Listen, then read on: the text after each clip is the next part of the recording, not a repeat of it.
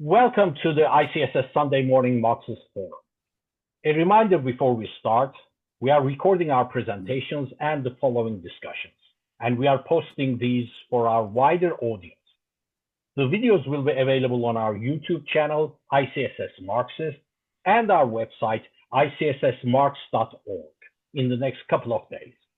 We have also started sharing our videos on Rumble for a backup, and I'll post all the links later in our chat today. Please visit our website, icssmarx.org, to view the past programs, sign up to receive weekly notification emails for upcoming programs, see the schedules, contact us, or donate to run this educational forum. I would also like to thank those who have and still continue to support us through their valuable donations. My name is Mehmet Bay, and I will be hosting this session on Sunday, July 20th, 2025, all the way from Turkey. For over 15 years, ICSS Sunday Morning Marxist Forum programs have been a platform for diverse presentations on various topics. This meeting is a comradely forum for political discourse and debate. The opinions expressed here are those of the participants, and they do not necessarily represent those of ICSS. However, we are united in our respect for our work of Karl Marx, and we believe that his work remains relevant today. Our understanding is taken from Karl Marx's 11th thesis on Feuerbach, which says, the philosophers have only interpreted the world in various ways. The point, however, is to change it. Our guest today is Kim Scipes. He's a former factory worker, a printer, who later returned to academia and taught at Purdue University Northwest in Westville, Indiana from 2004 to 2022. Among other things, he's worked to build global labor solidarity since 1983. He has concentrated his studies mostly on KMU Labor Center at the Philippines and the AFL-CIO's foreign operations. Altogether, he's published 4 books, with another one in press, and over 280 articles and books reviews in the US and 11 different countries. His upcoming book is tentatively titled Unions, Race and Popular Democracy, Learning from the CIO to Help Build a Progressive Labor Movement in the Mid-21st Century. With the latest changes and funds being cut to traditional imperialist organizations like USAID, we must understand the dynamics and the reasons why these institutions were funded before, as well as what these institutions have done in the past. AFL-CIO, being the largest labor confederation in the US, is funded by the US government to perform these tasks in the rest of the world. And these tasks are not necessarily helpful to the world labor movement. The questions that arise include whether these cuts help or prevent the furthering of labor movements at home or in the world. Our speaker, Kim Scipes, will explain these issues in the next hour and a half.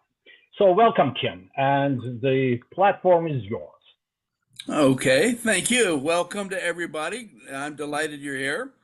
I'm going to try to give you my clearest understanding of things. The way I prefer to work is I'm going to tell you what you think, and I'm not going to worry how you respond. But at the same time, you're welcome to disagree with anything that I have to say. That's up to you. But I like to put my stuff out straight, and then you can decide if you want to put a chaser with it or not. That's up to you. Okay, like Mehmet said, and we were discussing a little earlier for those that were on early, I'm a former professor. I'm now retired, professor of sociology, but I was also a factory worker, a printer for 9 years before. So I've been on the shop floor. I'm a rank and file member of different unions and things like that. One of the things that I'm aware of, not knowing who you all are, obviously, or much of your background, is I assume we've got a range of knowledge about the labor movement. Some of you probably know more than me, others know not much at all. So let me sort of put things together first, and then we're going to work through this, try to explain the AFL-CIO's foreign policy, etc. If you don't understand something, if you raise your hand, I will try to clarify that quickly. But I'd like you to save questions for the Q&A. I'll be glad to answer any that I can. Okay, so first of all, let's start with the very simple basics of what the hell is the AFL-CIO. It's basically in the U.S. the term you often hear will be that it's a peak organization within the labor movement, suggesting that all the unions in this country are affiliated with it, but that's not true. First of all, in international labor terminology, the AFL-CIO is what we call a labor center. So in some countries, you have one labor center, like the US, Germany, Australia, China. Others have multiple. So the Philippines has 5 different labor centers. France has 8, things like that. So the term labor center gets used to refer to an organization rather than, excuse me, rather than the more broad labor movement. Okay, so basically what you have is that most of the national and international unions, and in the North American context, that includes people from generally from Canada, but also includes some of the offshore islands, including the Canal Zone, for example, things like that. But basically, we're talking about North America. We're talking so U.S. and Canada. I do not believe there are any unions in Mexico that are affiliated, at least formally. But most of the unions in North America, or I'm sorry, the United States, I've got to separate Canada out a little bit, though some unions have Canadian members, but mainly U.S., and they will be organized in national or international unions. And then they affiliate to the AFL-CIO sort of as that peak organization, or more correctly, as I say, labor center. Okay, so I have to give some history because this is going to have an effect on what I have to say. So basically, the American Federation of Labor was founded in 1886. That was the year of the Haymarket. This was under a guy named Samuel Gompers, and Gompers was president from 1886 to 1924, except for 1 year. So he had a tremendous impact on the organization. However, the AFL, American Federation of Labor, was very let's say not dynamic, especially when you get into the 20s and then even the 30s after the Depression hit. There was a labor leader, John L. Lewis of the mine workers, United Mine Workers, who thought that they should respond more forcefully to the crisis of the Depression.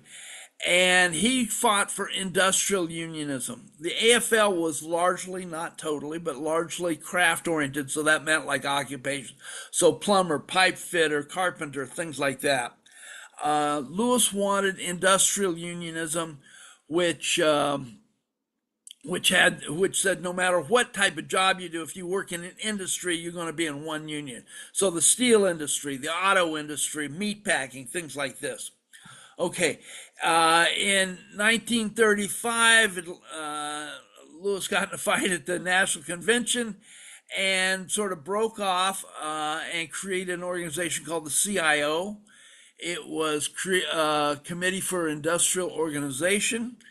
The CIO was independent, was part of the AFL for a few years, and then in 1938, it threw it out. The AFL threw the CIO out. And the CIO changed its name to become Congress of Industrial Organizations, still the CIO. So at that time, we had 2 labor centers in this country, the AFL and then the CIO. Well, the CIO lasted for about 40 years. There's a lot of misunderstanding about the CIO. My new book, which will be out in late fall, early spring of 26, will get into this, and I think you'll find it a fascinating look at the CIO. But anyway, they were separate organizations for about 20 years. And then after right-wing labor leaders in the CIO threw the left-wing labor leaders out, 1949 and 50, this sort of emasculated the CIO so much that by 1955 it rejoined the AFL, and its only consolation was now it's called the AFL-CIO, which is a singular labor center instead of the two that we had for 20 years. Okay, so what we've got to understand here is that throughout this whole period, starting in the late 1890s, the AFL had its own foreign policy. A lot of people that know that it did have its foreign policy think that might have started in the late 40s in the war against communism. No, it preceded it. So in the 1890s, Samuel Gompers was intervening with U.S. operations around the world. And then we see him intervening in Mexico in the Mexican Revolution. We see him intervening in World War I, things such as this. So the AFL-CIO's foreign policy, like I say, goes back to 1890s. The CIO after World War II also engaged in a foreign policy. It was not near as developed. It was limited. But that both of these organizations in the late 40s took money from the CIA, so the Central Intelligence Agency. The CIO folks under Walter and Victor Reuther took some money and then stopped real quickly. The AFL continued getting funding from the CIA. Now, one of the misconceptions of the labor movement, especially those of who know about the CIA connection, think that the labor movement has been controlled by the CIA. My research has shown categorically that has not been the case. Yes, they have worked together. Yes, they have both been funded by the United States, but that this labor movement's foreign policy comes from within the labor movement itself. So, in other words, even when they work with the government, the labor movement, the top levels of the labor movement have final say on this. Now, also, you have to understand this is not well known even within the AFL and the AFL-CIO. It's limited to a very small number of people at the very top of the organization.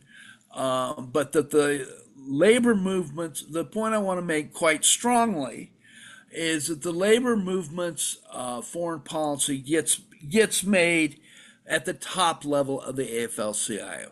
So therefore, most labor leaders don't even know about this, much less the rank and file.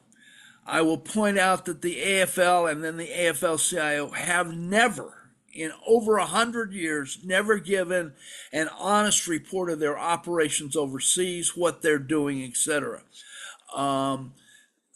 They've never given a report that can be independently verified. So this is stuff that they're doing behind our backs. They're claiming to be operating in the name of the American labor movement. But this is stuff that they're doing on their own and without letting us know. And that they have fought very much against this. Now, why?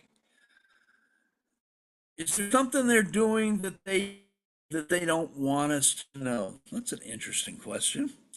And I would say absolutely.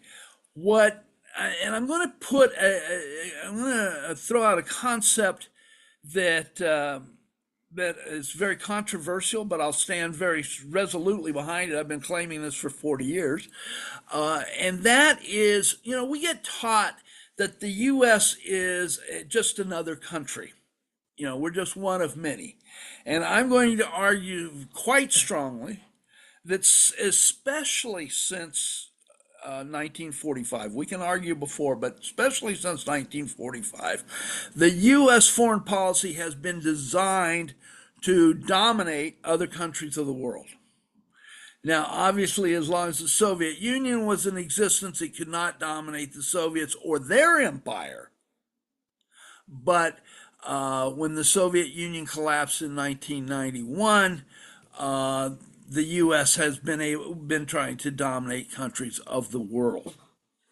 Okay, so the concept that I use to explain this is the very concept of empire. So I argue that the U.S. has an empire.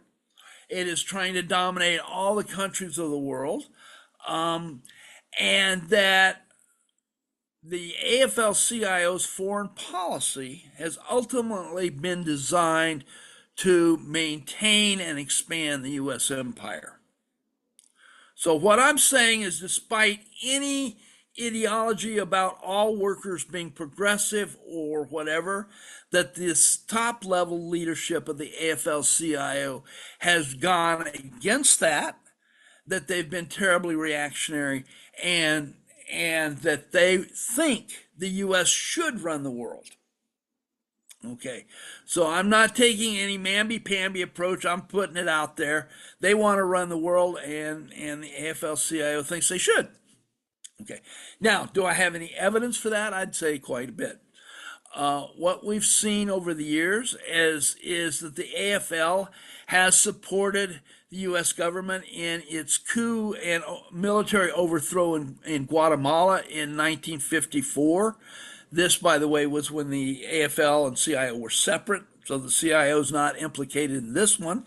But in 1964, the AFL-CIO supported the military coup in Brazil. There's growing amounts of evidence on that. And then in 1973, the AFL-CIO was instrumental in helping support the military coup in Chile. They also were so those were direct supports, and there's a lot of evidence on this. This is unequivocal. They were giving indirect support to the attempted military coup in Venezuela in 2002. So we know this. We also know that they have supported dictatorships in another number of countries, such as Suharto in Indonesia, Marcos in the Philippines, a group of dictators in South Korea, in Taiwan, also Mobutu in the Congo. These were all supported by the AFL-CIO. Where do we got that? Well, there are two books out that I would recommend to everybody. I'm gonna start with mine first because it's a new one. This is my 2010 book. It's called AFL-CIO's Secret War Against Developing Country Workers, Solidarity or Sabotage. Came out in 2010. You can get this. It's been around, so you can get used copies on that. You don't have to pay their prices. However, then we have a new book that just came out last year, and this is Jeff Shirky's book, Blue Collar Empire. Jeff Shirky's a professor at Empire State University in New York City. The subtitle is The Untold Story of U.S. Labor's Global Anti-Communist Crusade, but it wasn't untold. It had been told several times, including by myself. It's that what Shirky did was in detail. So let me explain how these two fit together. So in my book, which came out in 2010, I had 5 chapters. The first one was on Samuel Gompers. I mean, if you're going to talk about a policy, or better yet, a program of foreign operations, you got to explain where it came from. So that's what I did. In my book, the first chapter is looking at Samuel Gompers and his role in establishing AFL foreign policy. The second chapter sort of sketches out what they did around the world. And I think I've got most of the things in there. Some of them aren't very developed, but what are developed is I've got 3 case studies in Chile in 73, in Venezuela, or Chile 73, in the Philippines in the late 1980s. Got to get my numbers straight. 1980s. They were working particularly through their Asian operation. They were working with a right-wing labor movement that had been established by the Marcos dictatorship, and the leading organization of that was working with, and I'm not exaggerating, they were working with death squads against the KMU in a big struggle over the largest copper mine in Asia. And I've got that detailed. And then I also have the case study of Venezuela in 2002. So it's a lot of sketching, but three very different detailed studies on where they operated and how they operated. All right, my third chapter goes on, talks about the struggle within labor up to about 2007. Fourth one is how the U.S. government has tried to utilize the labor movement for their purposes. And then 5 was trying to pull it all together. So that was my book. So the second chapter is the key. What Shirky does in Blue Collar Empire is he comes and gives details to my sketching. I don't know if Jeff would put it that way, but basically that's how I see it.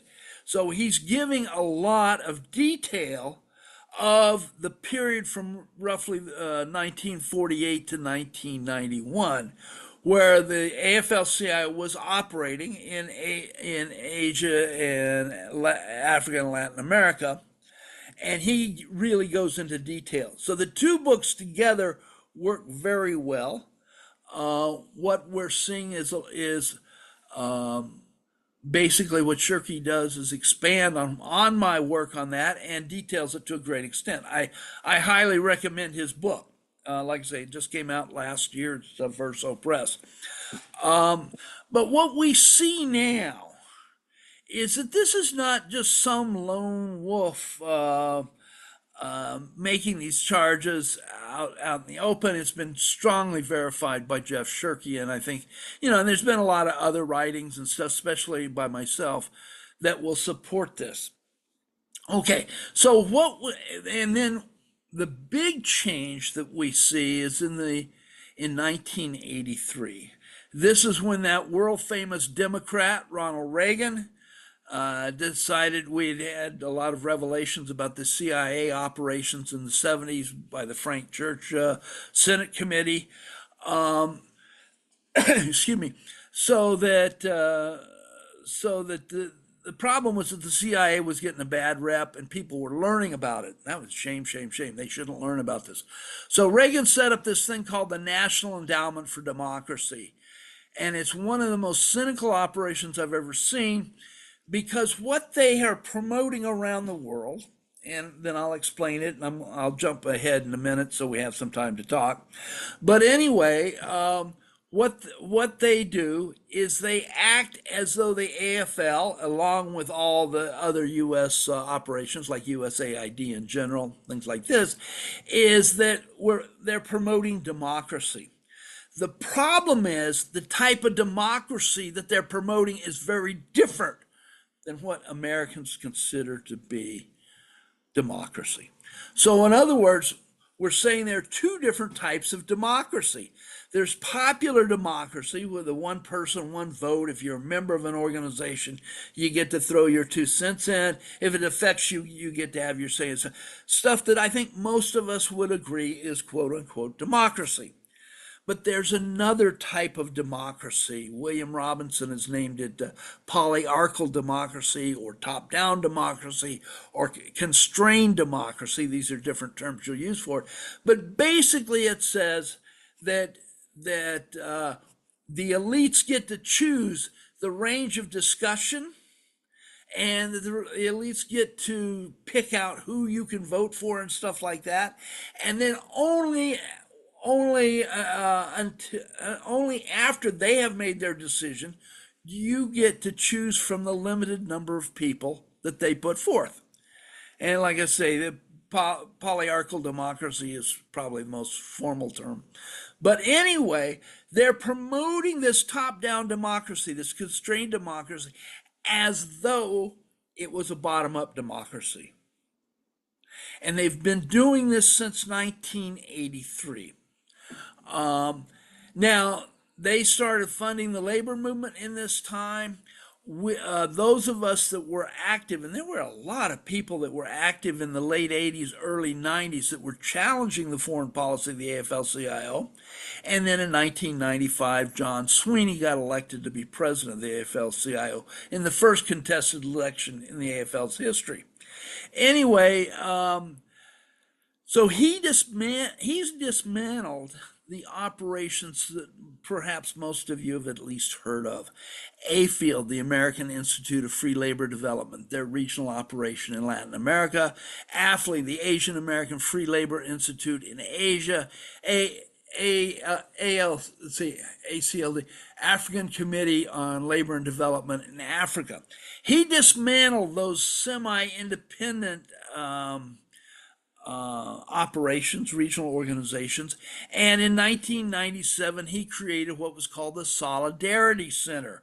Originally, its formal name was American Center for International Labor Solidarity, or ACILS, and then later they formally changed their name to Solidarity Center, which is what it's known by today. Basically, the Solidarity Center is the foreign policy operations of the AFL-CIO. Sometimes you'll hear them say, oh, we're affiliated with the AFL. No, you're peopled and controlled by the AFL-CIO. Okay, so this has been what they've done with especially now that the labor movement's been involved. You've got two different types of intervention in the world. One is where basically the U.S. sits back and doesn't pay too much attention to a country until the masses get out of their complacency and rise up. Then they would respond. They saw by the time of the Philippine uprising in 1985-86, this is the one where Corazon Aquino challenged Ferdinand Marcos. They saw that wasn't working, so what they started doing is intervening in organizations in states that they thought were important, and basically trying to put forth those organizations that would advance their policies. And that's what we've been doing. It's called democracy promotion, is the way they approach this. And so what they've been doing is they've been operating around the world. The Solidarity Center, before Trump cut off the funding, was operating, they claimed, in over 70 countries, again, without ever reporting to members or even most labor leaders what they were doing, who they were working with, why they were there, things such as this.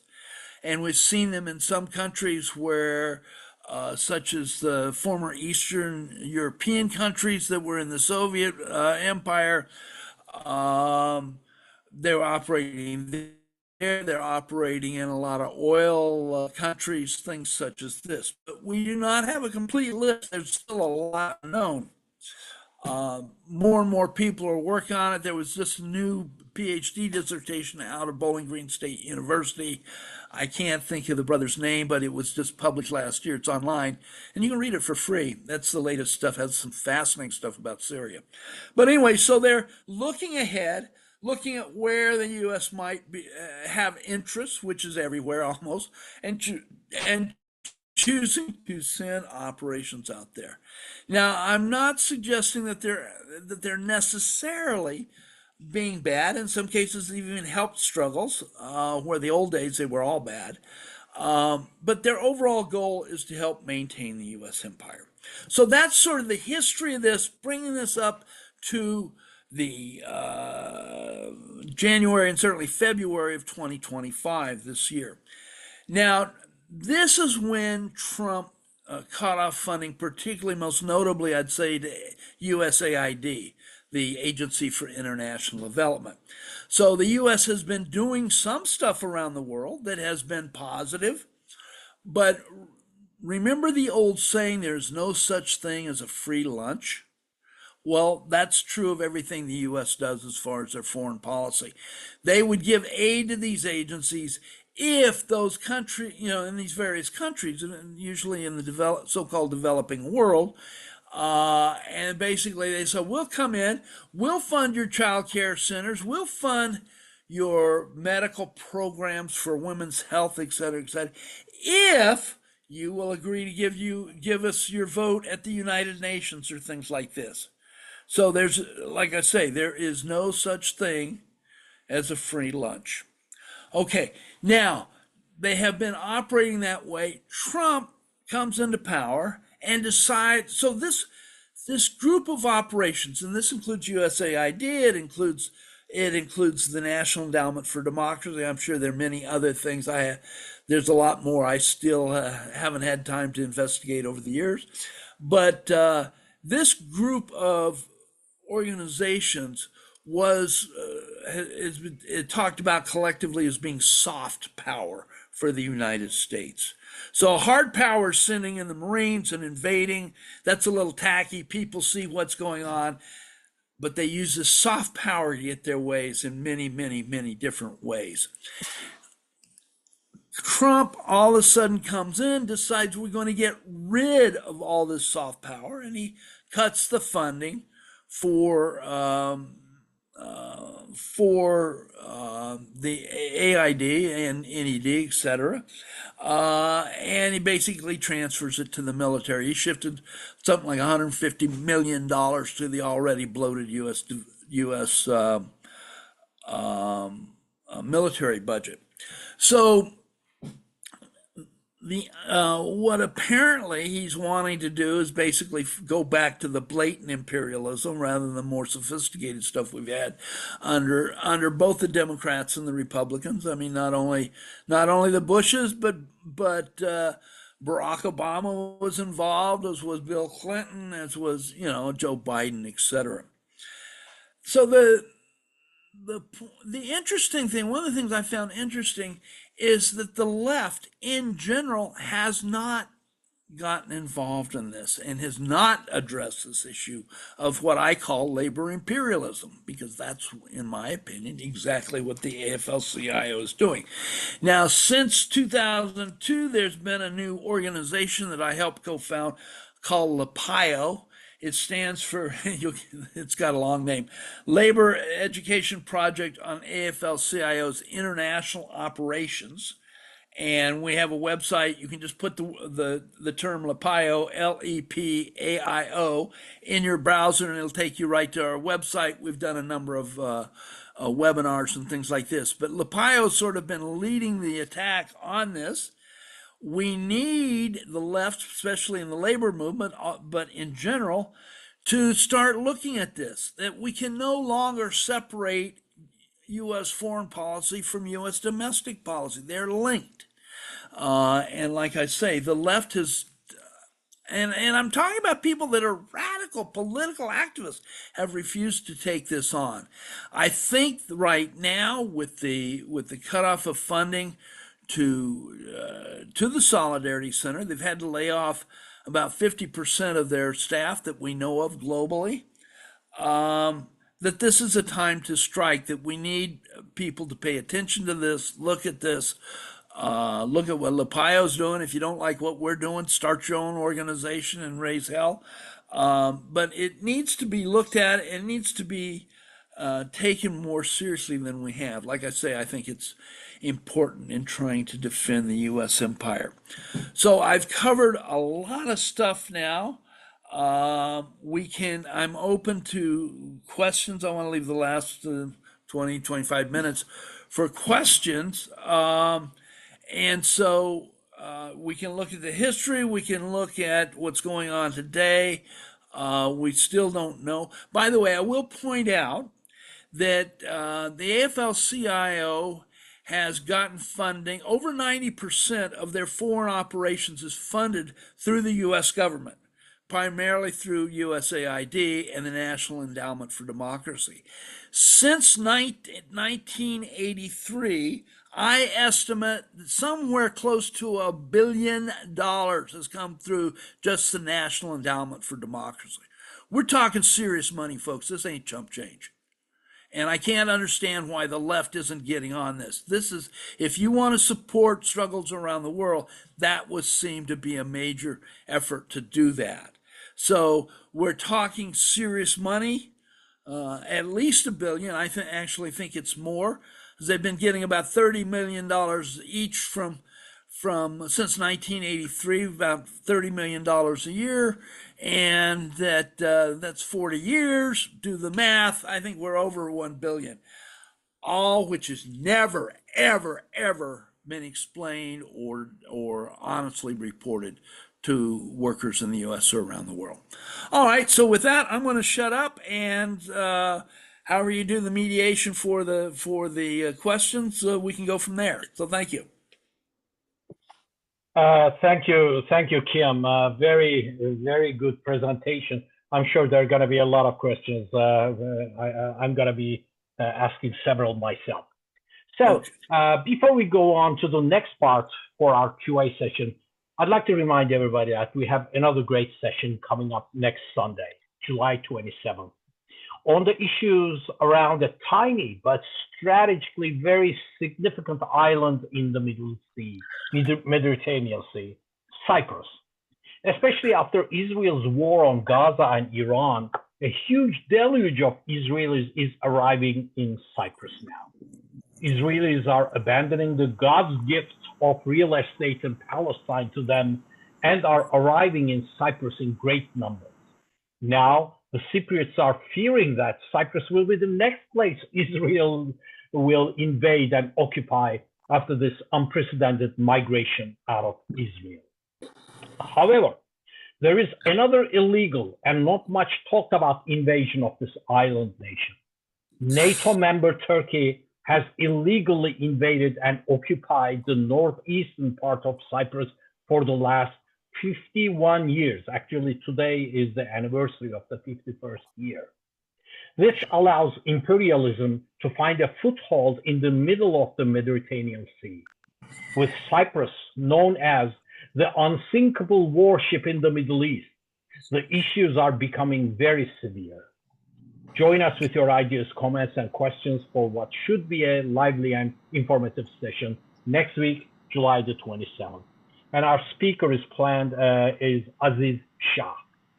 Now, for our question and answers session, I'd like to remind you once again to please respect the time of the speaker and other participants by limiting yourself to 2 minutes for either the questions or the comments, and please stick to one question at a time on the subject to allow the speaker to respond. So with that, I can see that Mike H has the first hand, and then Norma, and I see Raj. So we will get to everybody. So Mike, please unmute yourself if you can, and ask your question. Alan, if you can please time the questions, if you can. Thank you.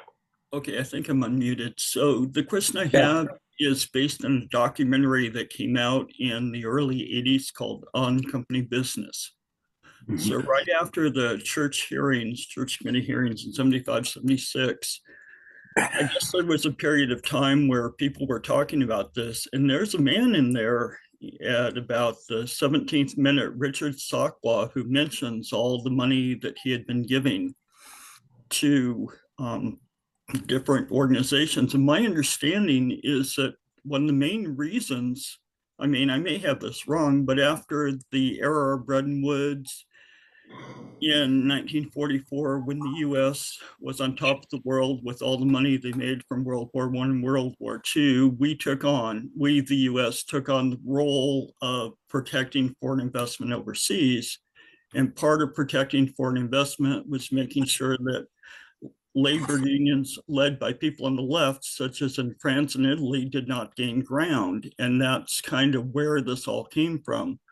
So my question is, can you talk about maybe the history, but specifically the idea that this 3-hour documentary came out in 1980, and I don't know if people talked about it at the time, I don't remember it from back then, and why 45 years later now, we're still trying to figure out why no one's talked about this. Okay, thank you, Mike. It's been a while since I've seen On Company Business. It was quite revelatory, and it did have people pointing out that the labor movement was involved. Years later, what was his name? He was the head of AFL, Doherty, Bill Doherty, admitted that they had trained teams in the country, especially interfering with communications to help the coup in Brazil in 1964 survive, or succeed, I should say. Um, Part of the thing is, like I say, we've been taught that the U.S. is just another country, that we're operating no different than any other country in the world, and that's simply not true. Alfred W. McCoy he's the guy, by the way, that some of us might remember wrote The Politics of Heroin Southeast Asia. But McCoy did a great book in 2017 called Shadows, I think it was called Shadows of the American Empire, and he talks about the U.S. being an empire in a very sophisticated way. Highly recommend that, by the way. But the U.S. role since 1945, at least, has been as trying to dominate the countries of the world. So this work, whether in Brazil or Chile or Venezuela, this is, plus everywhere else they've been operating, has all been designed to keep the United States in control. It's much more than just an economic understanding. It's also a political understanding, and it's been ever present. So I'm going to stop there, and so we can get more questions, but that's a basic idea. Okay, next. Yeah, thank you. Norma, if you can please unmute yourself and go ahead. Okay, thank you. Hello, everybody. Kim, I'm going to take the last comment you made as the answer to my question. My question, yeah, simplifies things. The question is that I was starting out to ask is, can you say one particular point is, and I mean, can you say one particular point? What's your favorite point of what you presented today? And what it sounded as though is that you're talking about U.S. domination of the world. Yeah, I think that would be it. And I think that's something that even many of us on the left are unwilling to deal with, but I think we've got to confront it. So thank you. Yeah, thank you so much. I have Raj and then Richard Wright. Raj, please go ahead, please. Kim, thank you for a very timely and valuable presentation.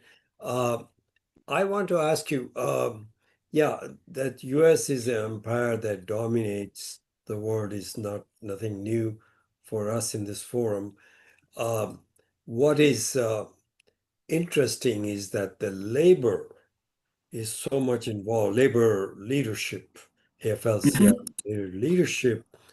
So I'd like to know what is the cause for labor leaders to become involved in this domination? So that's my main question.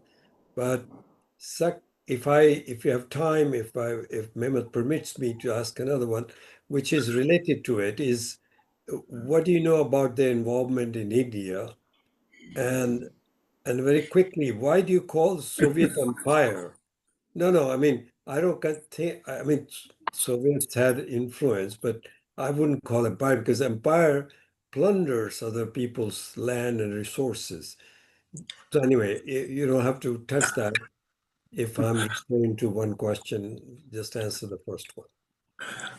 Okay. I kind of got lost with trying to follow you all the way through. Remind me what the first question was again, please, Raj.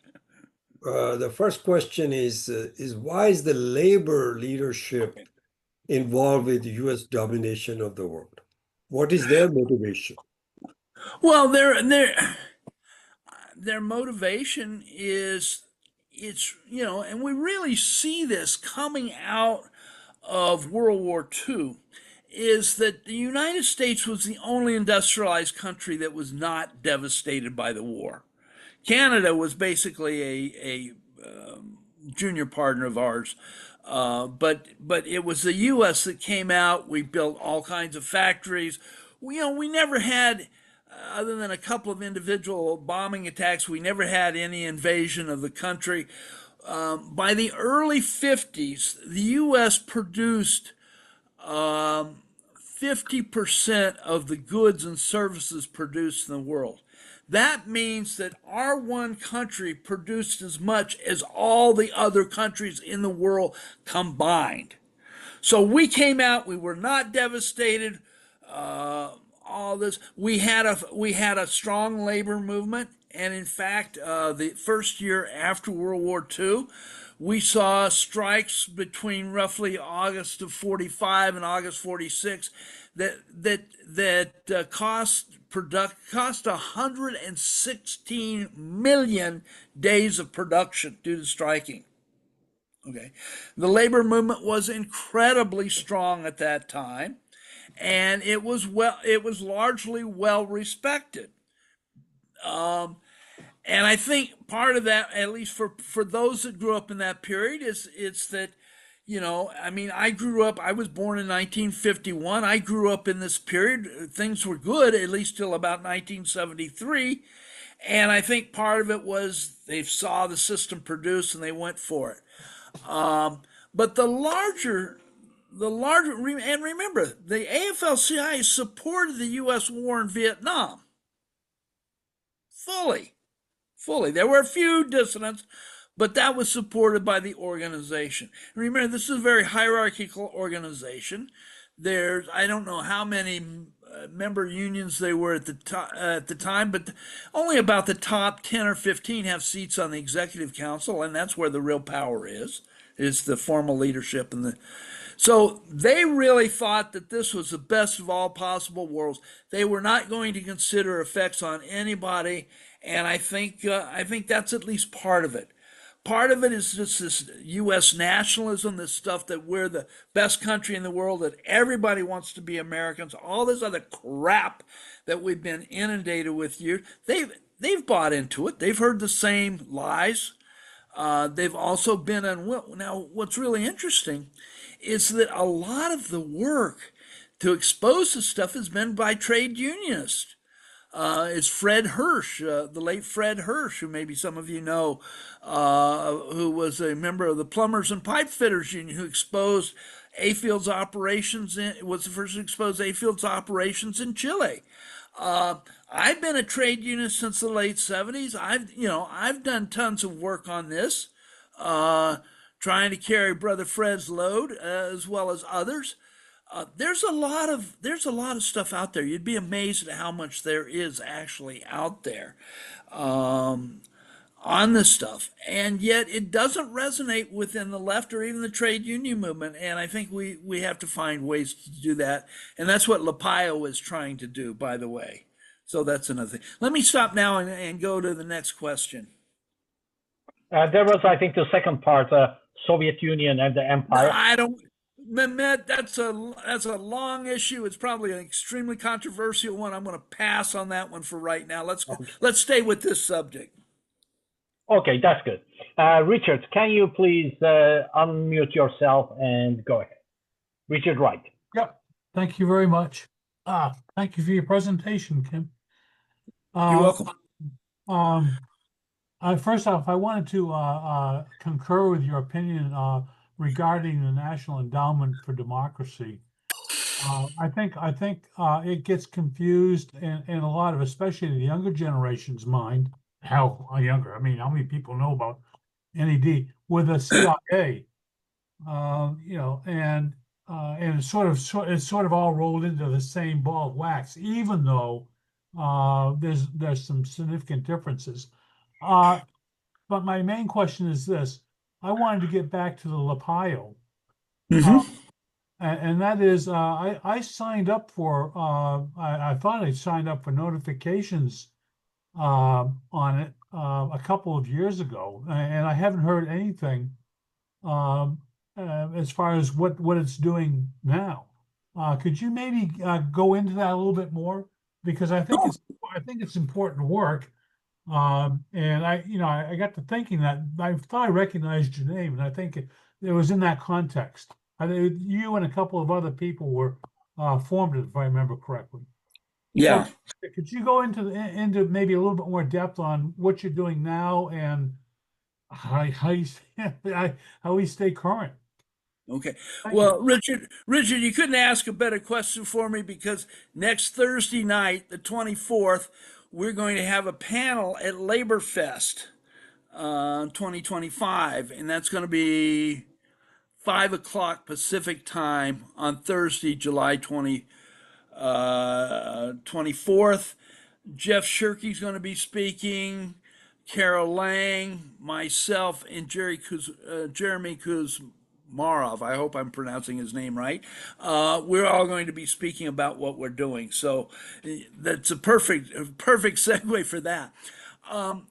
Lapio, it's some of us got together and it wasn't the best organized thing I've ever seen. Let's put it gently that way. And so we've tried to pull it together. We're working. Mehmet and I actually are working on updating the website and stuff like that.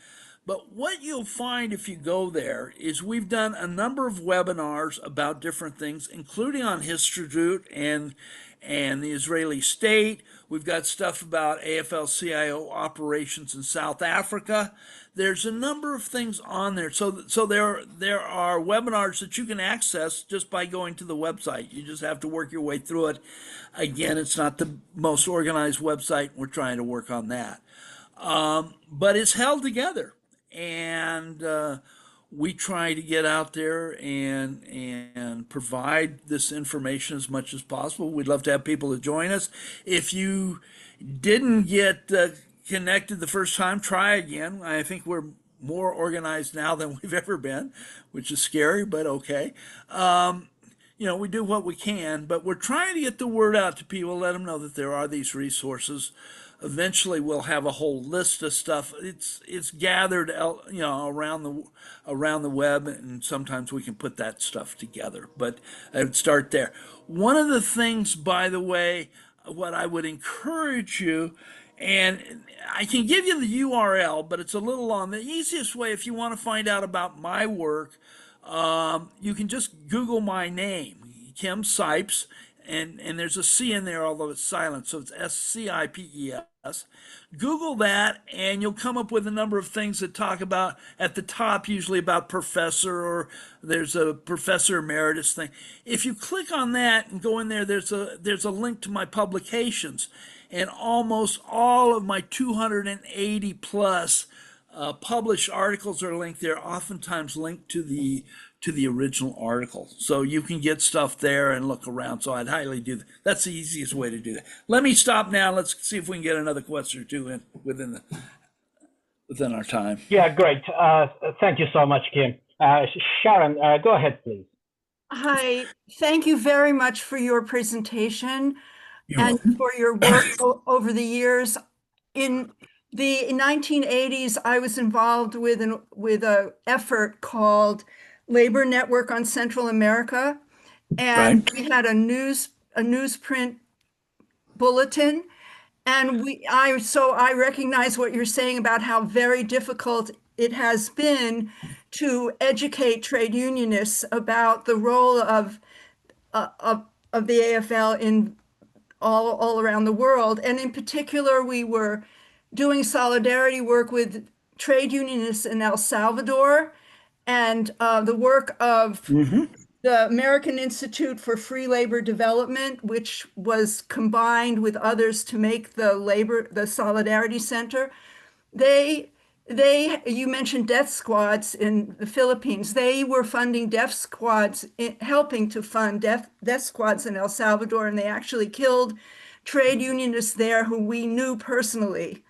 The thing about doing solidarity with Central America is you can actually drive there from the United States, although a lot of people flew, of course, but I wanted to, so it's a very difficult job and task, and I'm grateful to know that people are still trying to do it. I wanted to ask this question, which you already said you didn't want to answer, but we as historical materialists need to understand history to know where we've been in order to know where we're going. And so I was taken aback by what you wrote in the blurb that we published, which referred to with the possible exception of Poland. In my opinion, there's no exceptions. The role of AFL-CIO in helping to overthrow the government of Poland was just as bad as what they were doing in El Salvador and the Philippines and other places. Yeah. Sharon, I thank you for your comments and thank you for your work. I hope you're still out there doing it. I assume you are. The reason I put that qualification for Poland is personally, I think it was a disaster for the Polish workers. I've long commented on that and opposed that.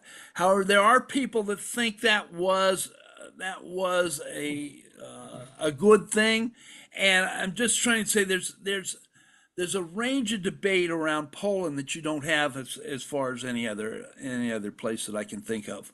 So that was what I was just kind of alluding to. The issue, I mean, we could get into this. We could talk for, I'm probably sure, hours about the role of the Soviet Union and stuff like that. I really don't want to get into it because I would like to kind of stay on this, but I don't. What do I was? I want to.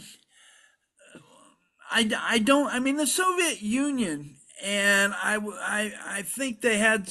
I think they had some good things. I think I think both in their international work they did some good things, but they also did a lot of bad things. There's a recent book by Maurice Isserman out called Reds, which I think gives a pretty good historical overview. But this is not an area that I have focused on in great depth. So I think I'll just say I think we've got to take on what Isserman writes and look at some of the things that we look as far as the communist movement, both in the Soviet Union and in the U.S. And it's got pluses and minuses on all kinds of sides, and it takes a bit of nuance to begin to discuss that. So I'm going to stop here so we can continue this conversation. But thank you for your work and thank you for your question. Thank you, Kim and Sharon. So next is Janet Cobran. Please go ahead and ask your question. Thank you. Thank you, Kim, for all this information and for joining us. So I'm wondering about a number of things, like if the CIA in the labor movement has been involved in the top level leadership. Maybe that's where they are. And when you talked about hard power versus soft power and Trump defunding soft power, my understanding is that he moved USAID under the State Department, which supposedly is soft power, diplomacy, which it's questionable whether that's what they're doing. You talked about the U.S. labor involvement in a number of coups in various countries. I don't think you mentioned Iran, and I wondered if the U.S. labor movement was involved in the coup against Prime Minister Mohammad Mossadegh in Iran in 1953. But now to my question. I was a United Federation of Teachers member when I worked in the New York City school system. The UFT is part of the AFT, which is part of the AFL-CIO. New York State, the New York State Taylor law removes retirees from as members of their unions because they don't have working hours or a number of and so technically I'm no longer a member of that union. But when I retired, I noticed that the UFT Retired Teachers chapter had a section in Israel. The UFT's, so could you talk about the US labor connections with Israel? Wow. Okay. Well, first of all, let me answer the simple one. As far as I've been able to determine, the labor movement was not involved in the 53 coup in Iran. Okay. Um, I've seen not even a hint of that. So we can remove that. Um, the big thing now, here's something that folks will find interesting. Jeff Shirky has a second book coming out looking at U.S. labor's role in the creation of Israel.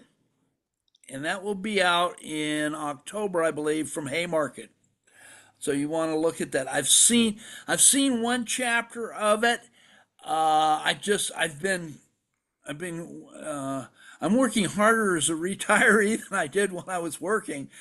So I'm way behind on my on finishing that. But Shirky is a solid scholar, and I think it's going to be a very interesting book. And just want to give you all a heads up if you want to, particularly on that issue. I have personally never focused that much on Israel. And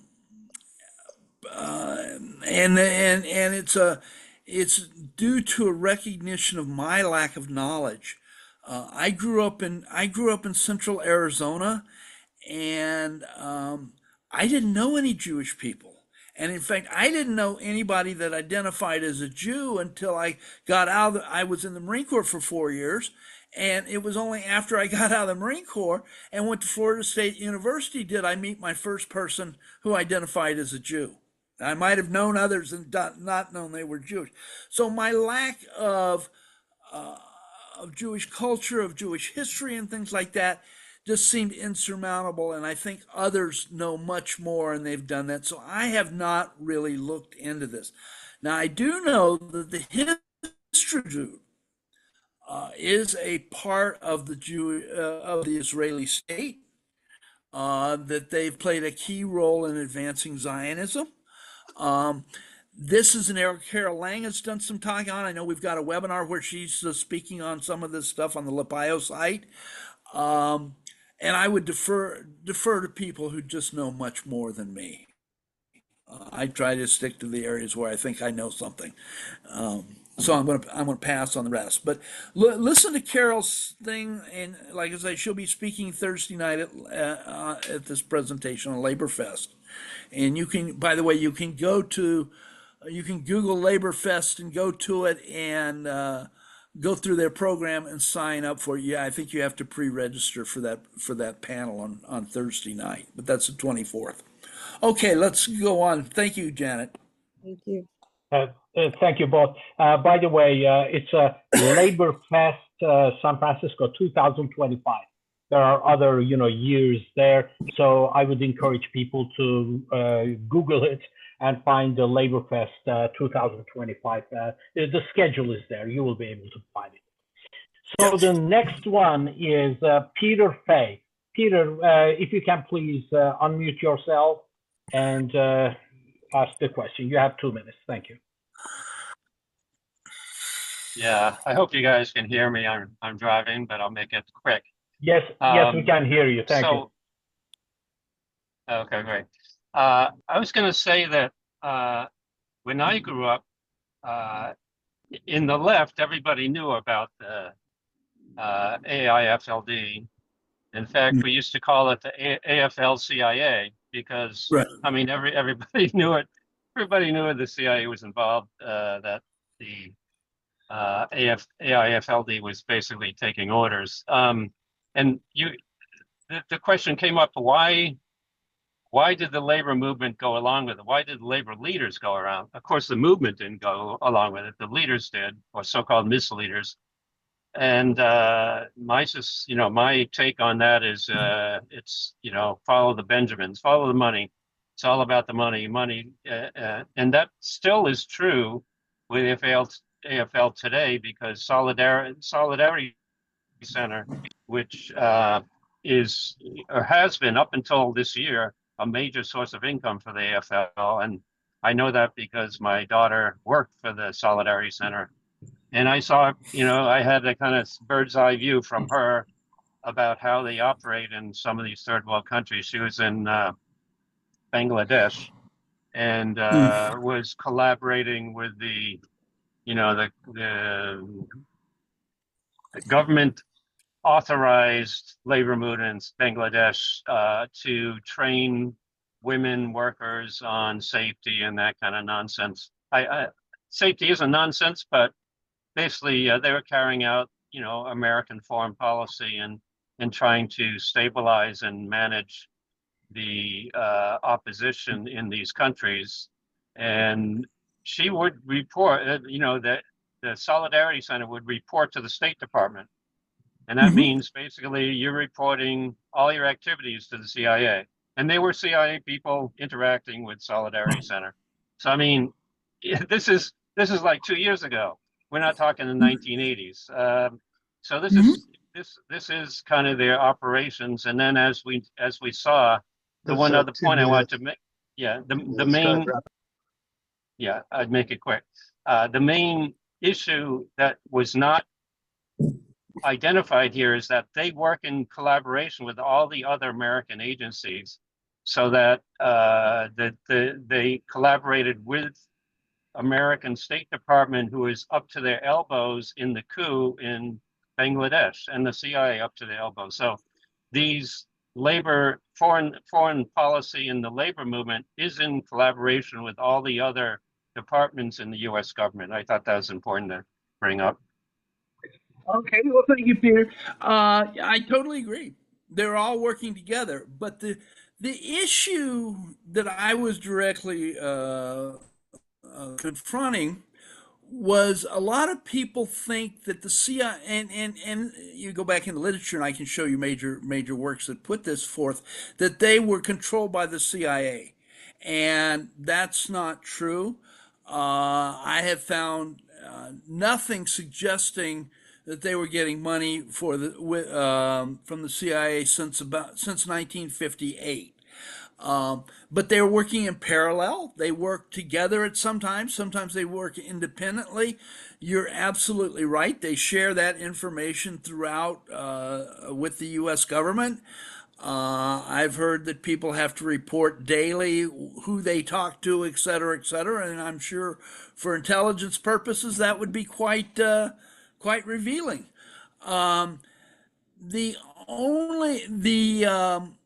The literature on Bangladesh is quite limited as far as the labor movement. I did a special issue with the old Working USA in 2014 that had an account from Bangladesh, written by a Bangladeshi and a Canadian researcher. Bangladeshi and Canadian researchers, two different people, worked together for a report. And then I got the head of the Asian director of Solidarity Center to actually send me a chapter for a edited collection I did in 2016 called "Building Global Labor Solidarity in a World Accelerating Globalization." Came out from Haymarket. So there's an article in that book about Bangladesh from the head of the Solidarity Center, and you get a sense of what they're doing. The idea of stabilizing the labor movement, not contesting what's going on, I think is absolutely correct. That's what they want to do. And they're using a lot of money to do that. And like I say, they are sharing this information with other agencies, including the State Department, but also the CIA. So I totally agree. I have to agree with you, and I appreciate your comments on that. Thank you. Yeah, thank you. Sheila, can you please unmute yourself? Go ahead, please. Thank you so much, and thank you for the presentation. It's great. One of your members of LAPIO, Steve Zeltzer, I wanted to point out to people in the Bay Area, you've heard me talk about KPFA before, but he's been banned. He's been tossed off or suspended from the KPFA local station board. His program Work Week was taken off the air. And recently KPFA ran a commercial for itself, comparing itself favorably to the Voice of America, saying, "Oh, we're under threat, just like the Voice of America is." What can you say? Really?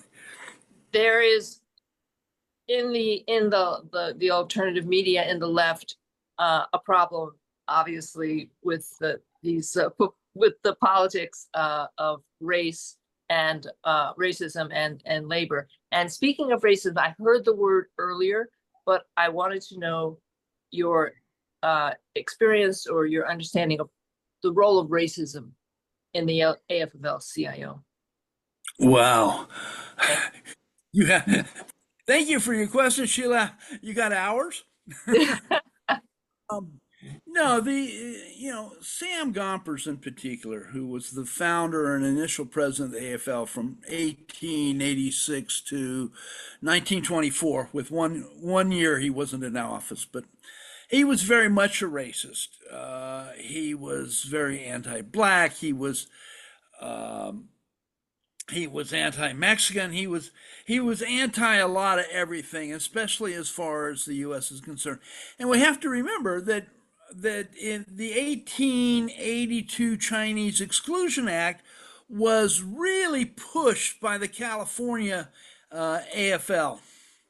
Well, I guess it was before the AFL was founded, but the California unions played a very detrimental role in pushing that. So there's a long history of that, and we know that. There's no question that white supremacy runs through the labor movement just as it does our entire society.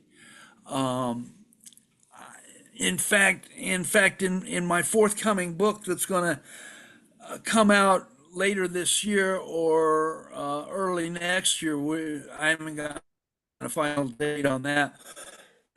The title is Unions, Race, and Popular Democracy. So we're going to look at that, and I'm looking at the role particularly of unions supporting unions supporting white supremacy and racism.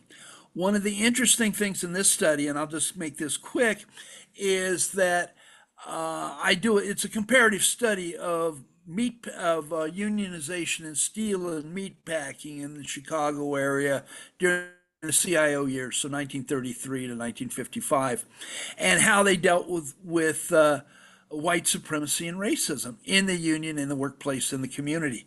So this has been an issue that I've long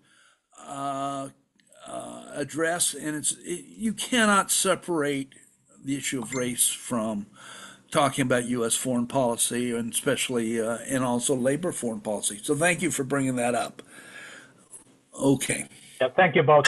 Now there is a question on the chat, but I'll let the person who has asked it ask herself. Judith, can you please unmute yourself and ask the question? Judith Osterman.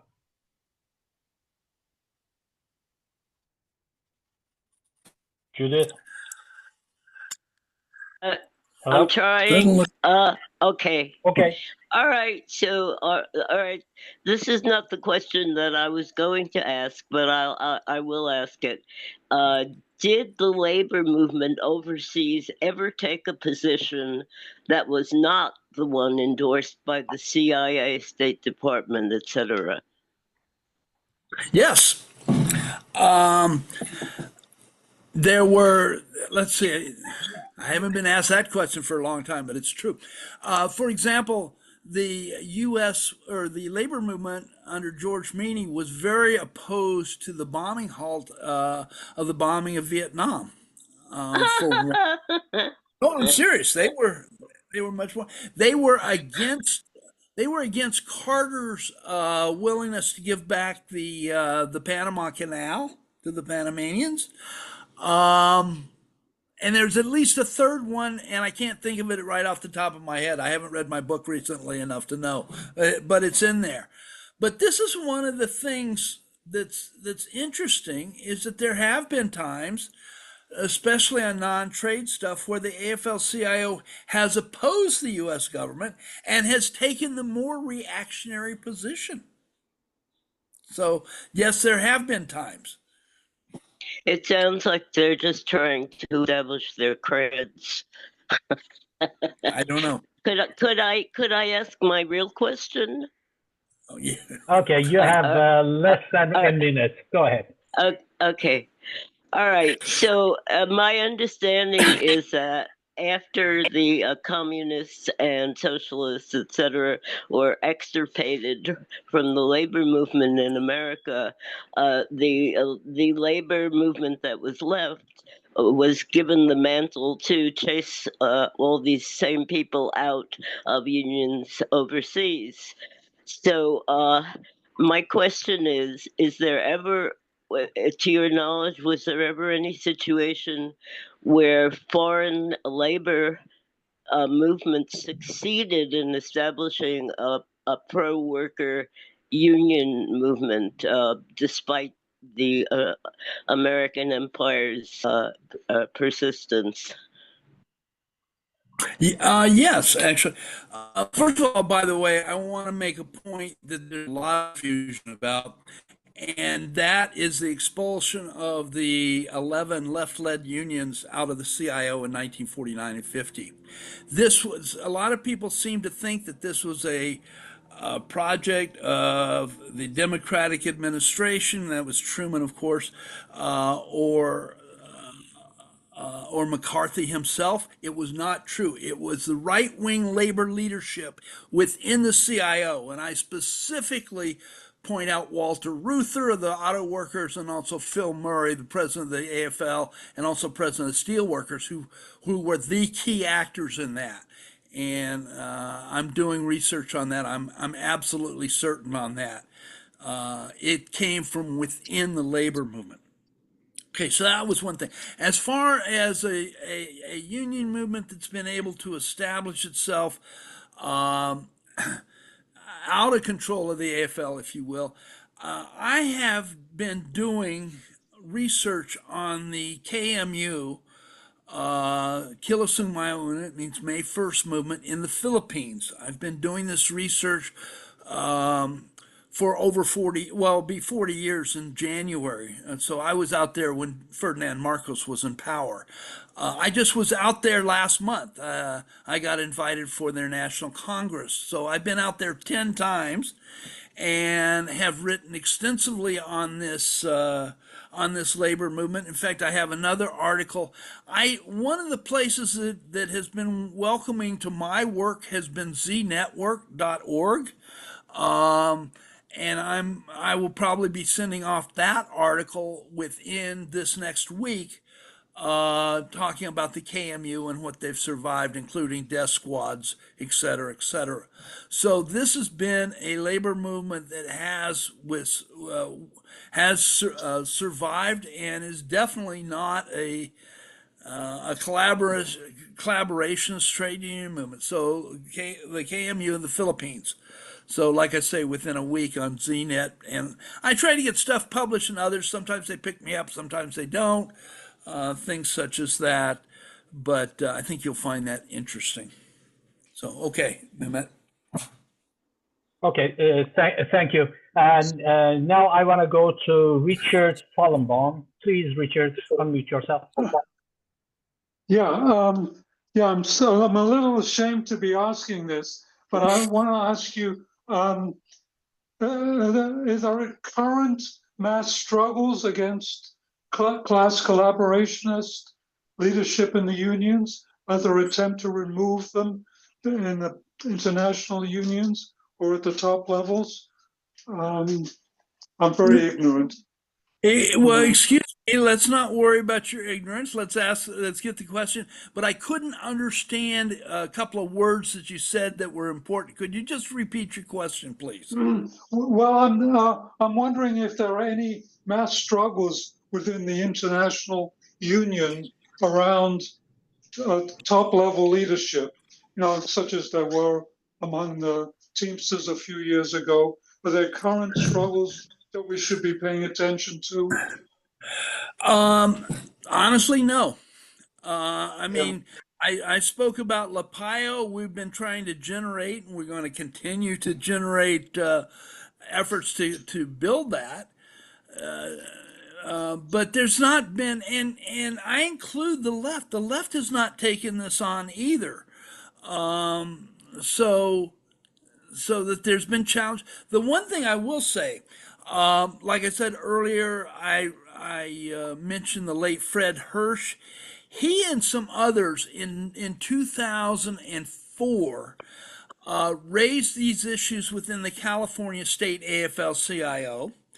The Cal State Fed was about a sixth of the entire AFL-CIO, so it was a major thing.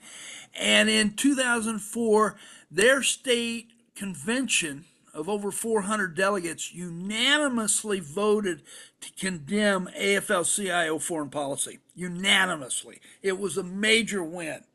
Now, they submitted that to the national convention, which was going to be held in Chicago in 2005. And the president of AFSCME, a man named Gerald McEntee, was heading the resolutions committee for John Sweeney. And McEntee changed that resolution from being against AFL-CIO foreign policy to one supporting AFL foreign policy, took it to the convention supporting that, would not let anybody supporting the California resolution speak, and got it passed. So they just gutted any type of labor democracy, and it was clear to see. And this is documented in my book, and I've also written a separate article in Critical Sociology about this. So there have been struggles at the past. And then we went in, I mean, folks were, to be honest, quite disillusioned with this. Thought we'd gone through the formal procedures according to the AFL rules, and then we found out that obviously didn't work. So we haven't done anything. And then, like I say, in May of 22, a few of us came together, created LaPio, and we're trying to build something there. So that gives you a little background on that. So thank you for your question. I hope that helps. Thank you. Thank you. Thank you both. Next, we have Jean. Jean, can you please unmute yourself and ask the question, please? Okay, I'm showing myself, and I think unmuting myself. So, Kim, thanks so much for your talk. It's really great. I'm a retired union member. My dues are still deducted from my retirement check, and I was to the LA County Federation of Labor from our union for many years. So I've been active in the union movement, and it's been an important part of my life. And I have a little thing from, I think, FDR saying, if I were a worker, the first thing I would do is join the union. So I think that's important. But my question is, the largest trade union federation in the world is the All China Federation of Labor, something like 300 million members. And obviously, they are affiliated from the very origins with the Communist Party Communist Party China. Yeah. And I'm assuming they've endorsed Chinese foreign policy. So I just want to know, have your comments, if any, on the relationship there in terms of their role as a trade union movement in support, being basically anti-imperialist, obviously, and also pro-China foreign policy. Thank you. Right. You're welcome. Thank you for your question. I don't know a whole lot about the Chinese labor movement. It seems to me, though, that they sort of have the dual role. I mean, on one hand, they're sort of operating as a transmission belt for the party into the workers. On the other hand, they have to maintain some sort of legitimacy, so they're operating at least somewhat to improve health and safety standards and things like that. But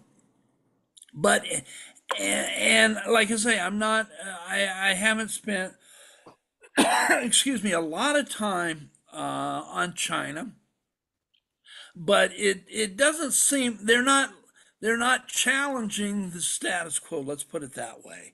And I think this is sort of this conundrum.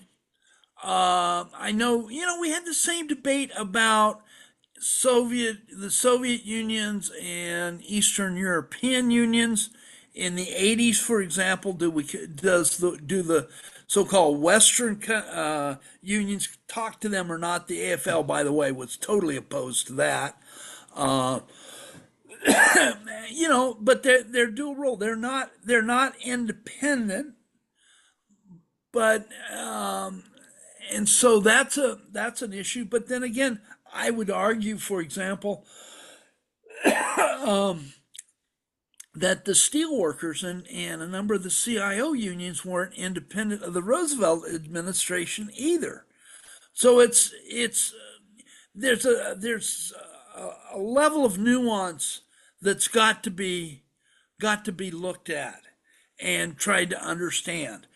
I think one of the reasons, and of course one of the ironies is China's handled it so well, is that when U.S. capital largely up and left, during the late 70s, especially into the 80s, and shifted to China, the reason they were doing it is that the Chinese workers, one, were exploited terribly, and the party kept maintaining that exploitation. So the unions have perhaps knocked some of the rough edges around it, but I don't see them as being member-run organizations. Mhm. And they have basically Okay, eliminated poverty in China also, as well as a number of other things. Yeah, we are getting to the end of. Oh, it's kind of a little bit off topic, so I'm gonna go to Mary Jane Galvis, so the next, and then I'm gonna take one more because we are already 1 minute after the time. So go ahead, Mary Jane.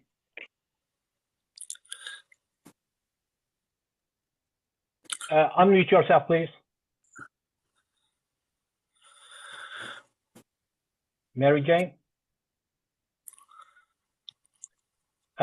If not, then yeah, it looks like we are having some problem there. Okay, then Steve, go ahead, please. Steve Zeltler. Yeah, I'm glad that we're having this discussion about the international operations of the AFL-CIO, because I think it's important to examine what the unions in this country are doing. And basically, as we've heard, they are involved in supporting U.S. imperialism around the world and suppressing working class movements, independent unions. And in relationship to the Histadrut, as we'll hear from the panel this coming week, the AFL-CIO has been intimately involved with the Zionists through the Histadrut in supporting their operations around the world. The Histadrut also was involved in supporting the apartheid regime in South Africa. And they were training people, actually, people in Africa to fight for the apartheid regime. Chief Buthelezi, who was the labor leader honored by the George Meany Institute's George Meany Award, was worked with the Histadrut and was brought to Israel by the Histadrut as the true labor leader. And he was supporting Bantustan and was involved. He took $1 million from the AFL-CIO through the CIA. The CIA gave $1 million to the AFL-CIO, which they then gave to the Buthelezi. So, I mean, the history of international operations of the AFL-CIO, even before the formation of the AFL-CIO, has been to support Zionism. And in fact, the leadership, with one exception, Mark Diamondstein, are Zionist. They openly support Zionism, the AFL-CIO leadership, and they suppress discussion. In my union, the CWA, they want to prevent even a discussion of the Histadrut. When it was raised at a previous convention, they tried to shut it down, and they don't want to have a debate on the AFL-CIO, which has taken over $1 billion from the U.S. government for the international operations. Any union that would take $1 billion for supposedly international operations is an appendage. Is an appendage of the AFL-CIO. Last point I want to make is about the left in the United States, because the PSL, the DSA, the CP, none of these organizations have actually had a campaign against the international operations of the AFL-CIO. And this recent crisis, where the money was cut off temporarily to the Solidarity Center, that hasn't even been reported by these organizations in their publications. And because it does expose the nature of the trade union bureaucracy in the United States. So I think that that's important. And of course, a labor party and a movement for a labor party in the United States has to be for for the unions not to be taking money from the government, and also against the international operations of the AFL-CIO Solidarity Center. That's it. Thank you very much. So the last one is going to be Elazar. Go ahead, Elazar. Can you hear me? Yeah. Yes, we can. Thank you. Yeah, I want to address Raj's question about why the labor movement supports counter-revolutionary policy of the U.S. imperialist government.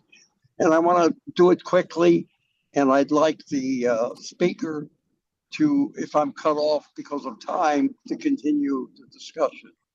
The rise of the CIO was mainly organized by the Communist Party with help by the Muskietes and the Trotskyists in Minnesota. The main tool was sit-down strike, occupying factories. The main capitalists and the Republican Party wanted to crush this with military force. Roosevelt opposed this and said, you'll have a revolution if you attack a working class in a period of uprising and revolutionary militancy, and suggested that they tied them to the Democratic Party, to arbitration and negotiations. That's what happened. The unions got tied, especially the leadership, to the Democratic Party. And particularly during the war, they had a peaceful collaboration, no strike pledges. And then another facet is the Smith Act. At the end of the war, the Smith Act was used to attack mainly the Communist Party, but all militants that built the CIO and drive them out of the union. This was an error of the union movement going along with the Smith Act just before the war. I'm not going to get into details on that because it will raise hackles. So my thesis is that this was an evolved system. It didn't begin AFL-CIO, CIA, which is one of the speakers, one of the audience mentioned, correct. But it's an evolved system naturally. Roosevelt looked like he was a friend of labor, but his thesis was you would break the labor movement through tying it to the Democratic Party, negotiations, arbitration, and not through frontal assault. And that's how this system evolved gradually, not by conspiracy. Thank you very much for your very excellent presentation, not only doing your talk, but in your handling of the Q&A. Thank you very much. Oh, you're welcome. Thank you, Elazar. Hi, It looks like Tim, we have a it's couple Mary more Jane. minutes. I finally learned how to unmute myself. I understand. I was going to take Citizen, but can you please be very, very brief on your question? Yes, I will be very brief, but I think what I have to say is very important, and that is this. The left has been, at least the Filipino left, has been very cognizant and very involved. I attended an event from Labor Fest 2 weeks ago, or a week ago, at the ILW Local 10 Hall. And I challenged the ILW members that were there. In 1981, KDP's 2 members, Jean Verones and Silme Domingo, were murdered at the ILW Hall in Seattle. It Yep. was traced to Marcos, but no, Marcos acted as the U.S. as the U.S. So so it's very, very important to understand that yes, there are those of us who are very, very knowledgeable. I mean, KDP was aligned with KMU, aligned with the Communist Party in the Philippines, and that's why we were a target. But the ILW knew and had been informed, right, of the ongoing corruption and the need to reform.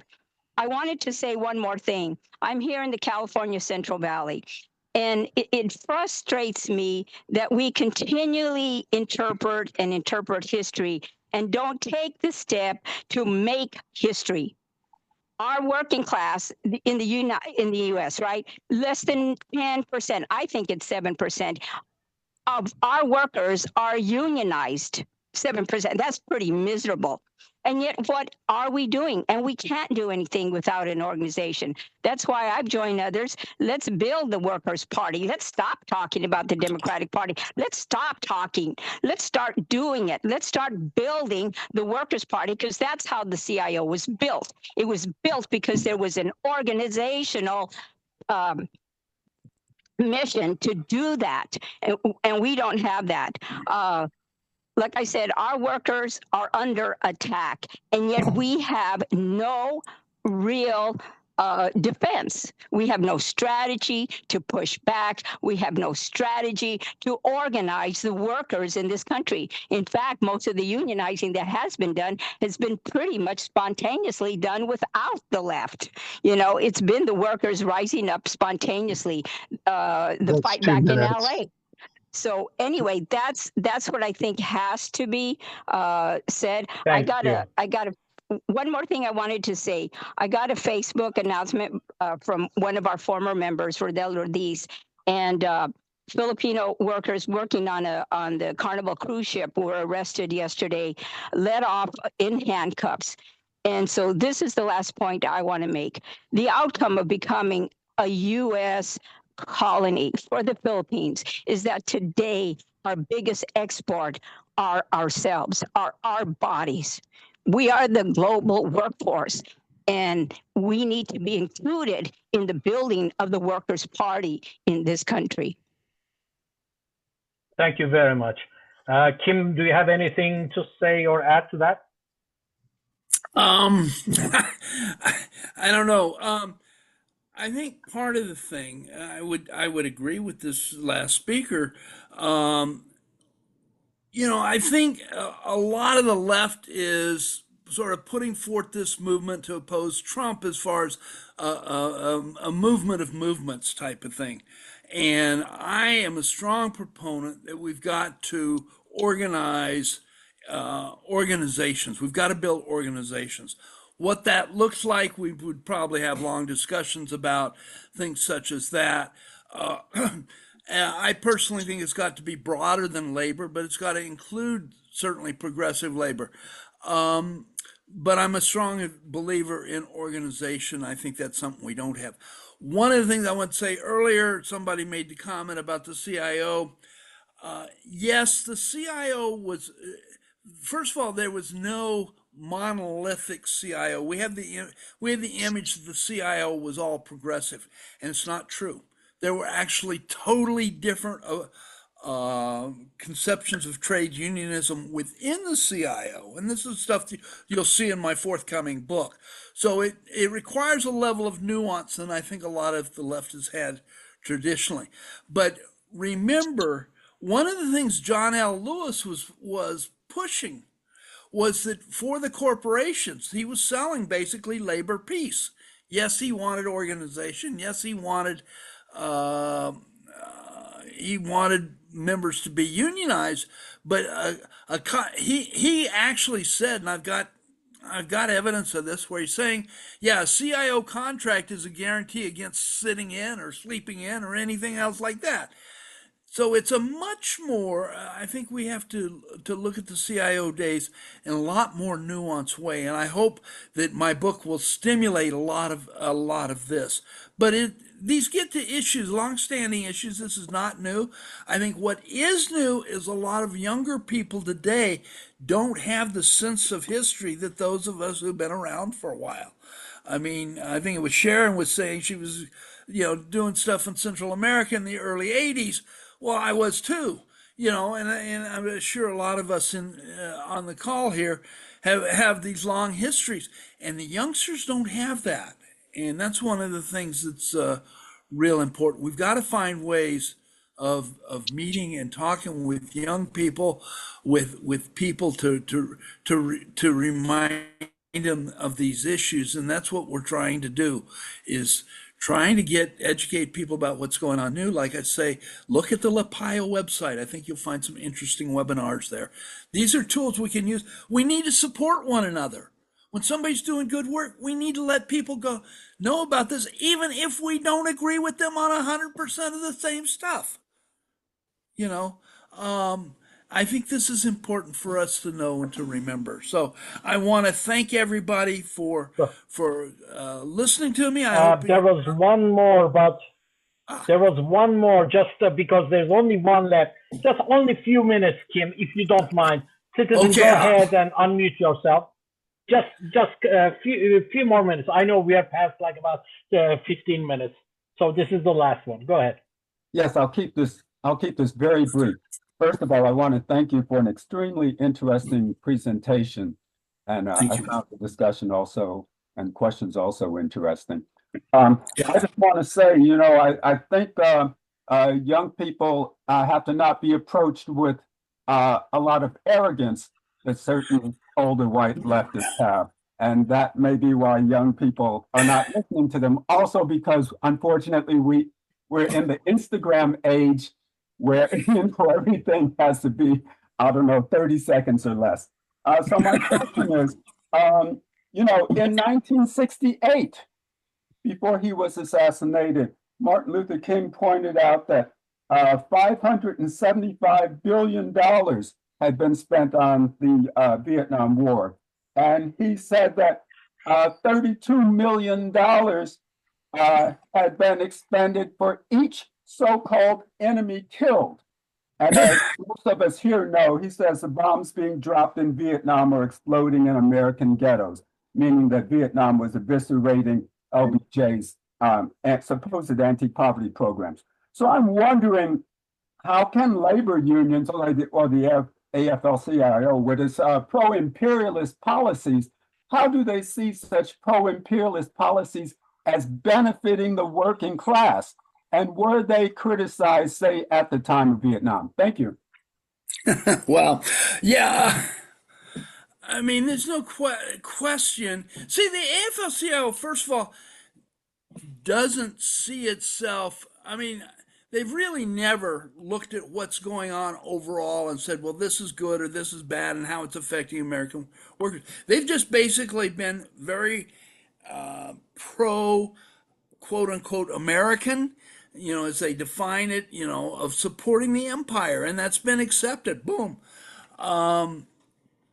That's, I mean, you look at most unions. I've been in 4 different unions. I've never been taught the history of any one of those unions. The assumption that the unions are out there and fighting organizations for people in general, working people in general, is false. They're not. In fact, I would argue since 1949, we haven't even had a labor movement. We've had a trade union movement where they've advanced the interests of members of the union, especially the dominant union members. But we haven't had a labor movement where we look at the well-being of the working class in general, or workers in general, however you want to put it. And I think that's one of the big problems. Going to the younger people, part of the thing is that labor education has largely been expelled from public education, from what I can see. You also have, a lot of different. It's a lot of the a lot of the so-called education kids get. today is not to put things together and help them understand. It's just sort of overwhelming them with all this other stuff, and it's not being put together. There's all kinds of things like that. Again, we can talk about this forever, but I think those of us who have been around, first of all, I would encourage everybody to write down your own history. We need to save the history. A lot of us have been through a lot. And there's a lot that needs to be written down that's not. I'd encourage that. But it's part of the thing. I think you're right. We can't approach younger people with being arrogant because we've made some brilliant moves and we've made some screwed up moves. And I say that as an individual, as organizations, things like that. I think honest histories of these and discussing these issues and why we did that could be of use to people down the road. But most of the younger people, the labor movement has been so incredibly what's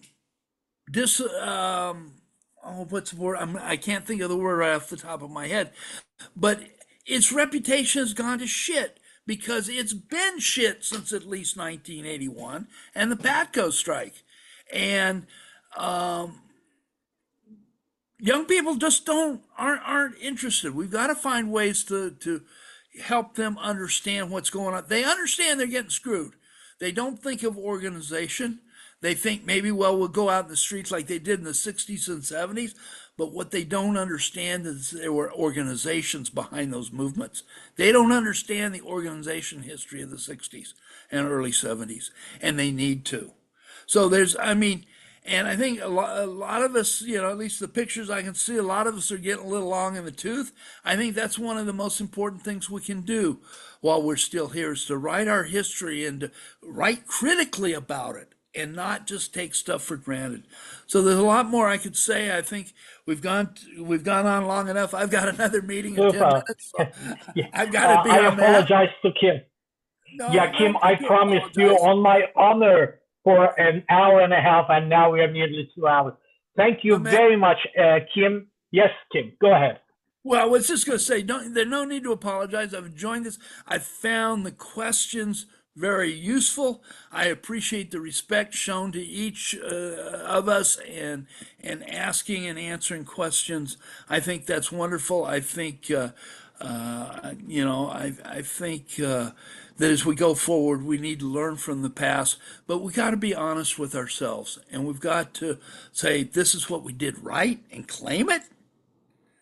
This is what we did wrong. This is where we made mistakes, and we have to look at that critically. And I think that's important for us to pass on to succeeding generations. So thank you all. I hope you found this enlightening.